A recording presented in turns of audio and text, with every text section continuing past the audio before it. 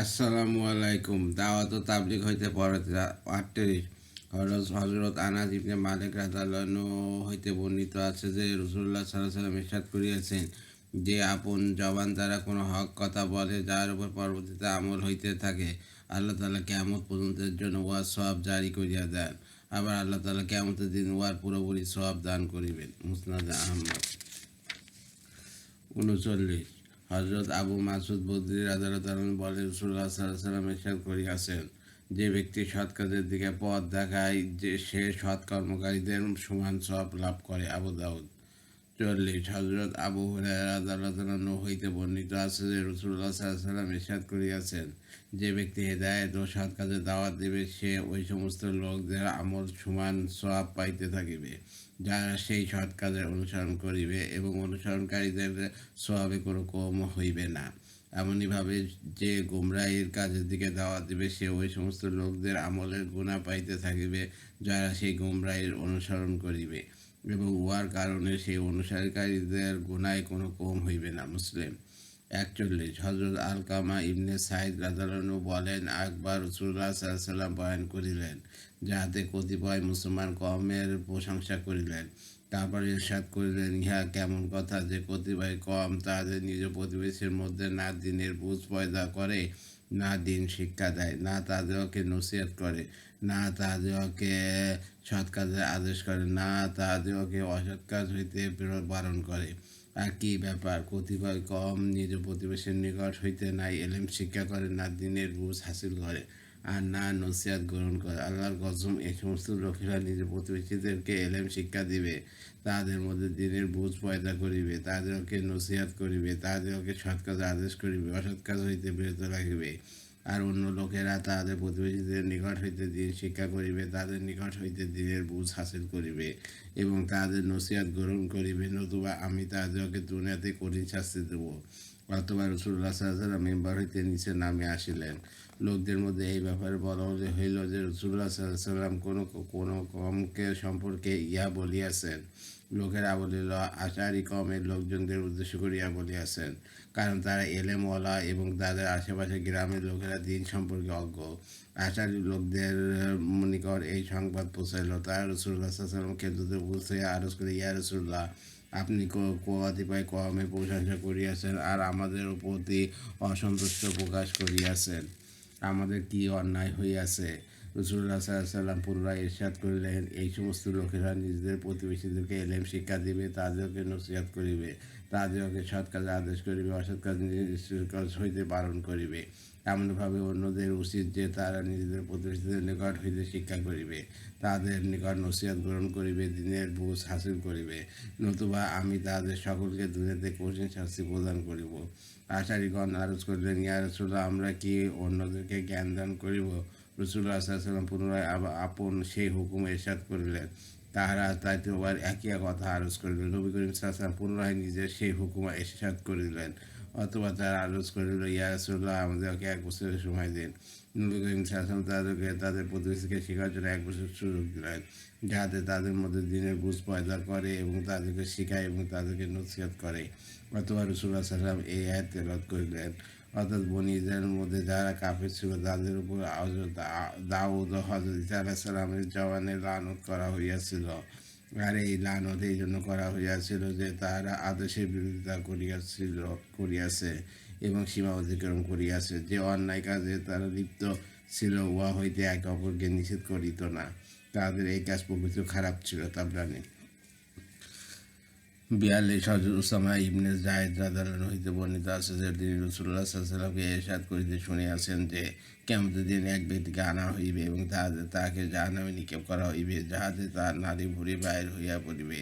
সেই নাড়ী ভুঁড়ির চারিদিকে এমনভাবে ঘুরিতে থাকিবে যেমন গাধা যাতার চারিদিকে ঘুরতে থাকে, অর্থাৎ যাতার ঘোরানোর জন্য যেমন জানোয়ারকে তার চারিদিকে ঘোরানো হইয়া থাকে, তেমনিভাবে এই ব্যক্তি তার নারী ভুঁড়ি চারিদিকে ঘুরতে থাকিবে। জাহান্নামের লোকেরা তাহার পারিপার্শ্বে সমবেত হইবে এবং তাহাকে জিজ্ঞাসা করবে, হে অমুক, তোমার কি হইয়াছে?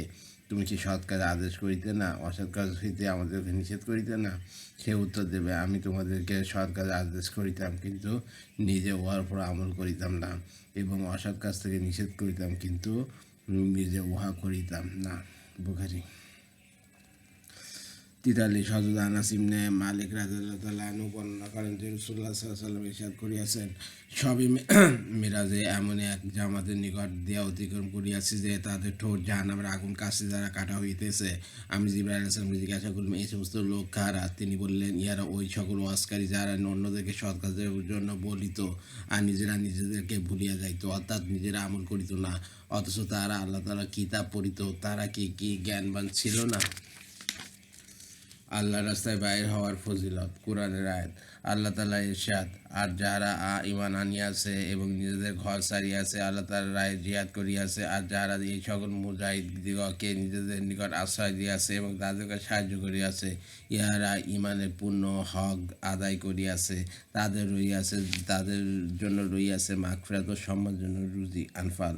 আল্লাহ তাআলা ইরশাদ, যারা ঈমান আনয়ন করিয়াছে এবং তারা নিজ ঘর ছাড়িয়াছে এবং আল্লাহ তাআলার রাস্তায় আপন মাল ও জান দ্বারা জিহাদ করিয়াছে, আল্লাহ তাআলার নিকট তাহাদের জন্য বড় মর্তবা রইয়াছে। আর এই সমস্ত লোকই পরিপূর্ণ কামিয়াব। তাদেরকে তাদের রব সুসংবাদ দান করিয়াছেন আপন রহমত ও সন্তুষ্টির এবং জান্নাতের এমন বাগানসমূহে যেখানে তারা চিরস্থায়ী নিয়ামত লাভ করিবে, সেই সকল জান্নাতে তারা চিরকাল বাস করিবে। নিঃসন্দেহে আল্লাহ তাআলার নিকট মহা পুরস্কার রইয়াছে। তওবা। আল্লাহ তাআলা ইরশাদ, আর যারা আমার দ্বীনের খাতিরে কষ্ট সহ্য করে এবং আমি তাদেরকে অবশ্যই আমার নিকট পৌঁছাই রাস্তাসমূহ দেখাইয়া দিব, অর্থাৎ তাদেরকে এমন সমস্ত কথা বুঝাইব যা অন্যদের অনুভূতিতে আসিবে না। নিশ্চয়ই আল্লাহ তাআলা ইখলাসের সহিত আমলকারীদের সহিত আছেন। আনকাবুত।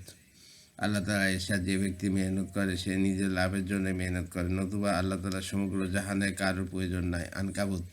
আল্লাহ তাআলা ইরশাদ, কামেল ঈমানদার তো তারাই যারা আল্লাহ তাআলা ও তার রাসূল সাল্লাল্লাহু আলাইহি ওয়াসাল্লামের উপর ঈমান আনিয়াছে, অথবা সারা জীবনে কখনো সন্দেহ করে নাই, অর্থাৎ আল্লাহ ও তার রাসূলের প্রত্যেক কথাকে অন্তরের অন্তঃস্থল হইতে মানিয়া লইয়াছে এবং উহাতে কখনো সন্দেহ করে নাই, আর নিজের মাল ও জান লইয়া আল্লাহ তাআলার রাস্তায় কষ্ট সহ্য করিয়াছে, ইহারা ঈমানের সত্যবাদী। হুজুরাত। আল্লাহ তাআলা ইরশাদ, ঈমানদারগণ, আমি কি তোমাদিগকে এমন ব্যবসার কথা বলিব যাহা তোমাদের যন্ত্রণাদায়ক আযাব হইতে রক্ষা করিবে, আর তা এই যে তোমরা আল্লাহ তাআলা ও তাঁহার রাসূলের উপর ঈমান আনয়ন করো এবং আল্লাহ তাআলার রাস্তায় আপন মাল ও জান লইয়া জিহাদ করো।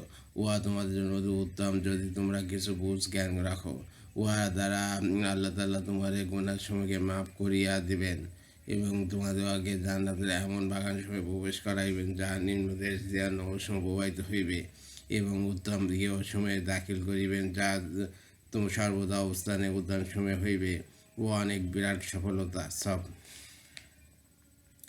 আল্লাহ তাআলা আপন রাসূল সাল্লাল্লাহু আলাইহি সাল্লামকে ইরশাদ করিয়াছেন, আপনি মুসলমানদিগকে বলিয়া দিন, যদি তোমাদের পিতা পুত্র ভাই ও স্ত্রীগণ এবং তোমাদের স্বগোত্র আর সেই সকল ধন সম্পদ যাহা তোমরা অর্জন করিয়াছ এবং সেই ব্যবসা যাহাতে তোমরা মন্দা পরিবার আশঙ্কা করিতেছ, আর সেই গৃহসমূহ যাহাতে বাস করা তোমরা পছন্দ করিতেছ, যদি এই সমস্ত জিনিস তোমাদের নিকট আল্লাহ তাআলা ও তাঁহার রাসূল হইতে এবং আল্লাহ তাআলার রাস্তায় জিহাদ করা হইতে অধিক প্রিয় হয়, তবে তোমরা অপেক্ষা করো এই পর্যন্ত যে আল্লাহ তাআলা শাস্তির নির্দেশ পাঠিয়ে দেন, আর আল্লাহ তাআলা আদেশ অমান্যকারীদেরকে পথ প্রদর্শন করেন না। তওবা। আল্লাহ তাআলা ইরশাদ, তোমরা জানের সহিত মাল এবং আল্লাহ তাআলার রাস্তায় খরচ করো এবং জিহাদ ত্যাগ করিয়া নিজেকে নিজের আপন হাতে ধ্বংসের পথে নিক্ষেপ করিও না, আর যে কাজই করো উত্তম রূপে সম্পন্ন করো। নিশ্চয়ই আল্লাহ তাআলা উত্তম রূপে কাজ সম্পাদনকারীকে ভালোবাসেন। বাকারা। হাদিস শরীফ 44। হযরত আনাস রাদিয়াল্লাহু আনহু হইতে বর্ণিত আছে যে রাসূলুল্লাহ সাল্লাল্লাহু আলাইহি ওয়াসাল্লাম ইরশাদ করিয়াছেন, দিনের দাওয়াতের ব্যাপারে আমাকে এত ভয় দেখানো হইয়াছে যে কাউকে এত ভয় দেখানো হয় নাই। আল্লাহ তাআলার রাস্তায় আমাকে এত কষ্ট দেওয়া হইয়াছে যে আর কাউকে এত কষ্ট দেওয়া হয় নাই। 30 দিন 30 রাত্র আমার উপর এই রূপ অতিবাহিত হইয়াছে যে আমার বেলালের জন্য খাওয়ার এমন কোনো জিনিস ছিল না যা কোনো প্রাণী খাইতে পারে, শুধু এই পরিমাণ হইত যাহা বিলালের বগল তলা ধারণ করিতে পারে, অর্থাৎ অতি সামান্য পরিমাণ হইত। তিরমিজি। 45। হযরত ইবনে আব্বাস রাদিয়াল্লাহু আনহু বর্ণনা করেন যে রাসূলুল্লাহ সাল্লাল্লাহু আলাইহি ওয়াসাল্লাম ও তার পরিবারের লোকেরা একাধারে বহু রাত্র খালি পেটে অনাহারে কাটাইতেন। তাদের নিকট রাতের খাবার থাকিত না, আর তাদের খানা সাধারণত জবের রুটি হইত। তিরমিজি। আপনার হচ্ছে মুনতাকা হাদিসের দাওয়াত ও তাবলীগ পর্যন্ত পড়া হইছে। আর আমার রিপন কোরআন ইউটিউব চ্যানেলের নাম, ওইটাকে আপনার সাবস্ক্রাইব করবেন আর লাইক কমেন্ট শেয়ার দেবেন। আর ভিডিওতে বেশি থেকে বেশি এতে আমি উৎসাহিত হই। রিপন কোরআন হচ্ছে আমার ফেসবুক পেজ, ওইটাকে আপনার ফলোতে রাখবেন। সবাই ভালো থাকবেন, সুস্থ থাকবেন। আল্লাহ হাফেজ।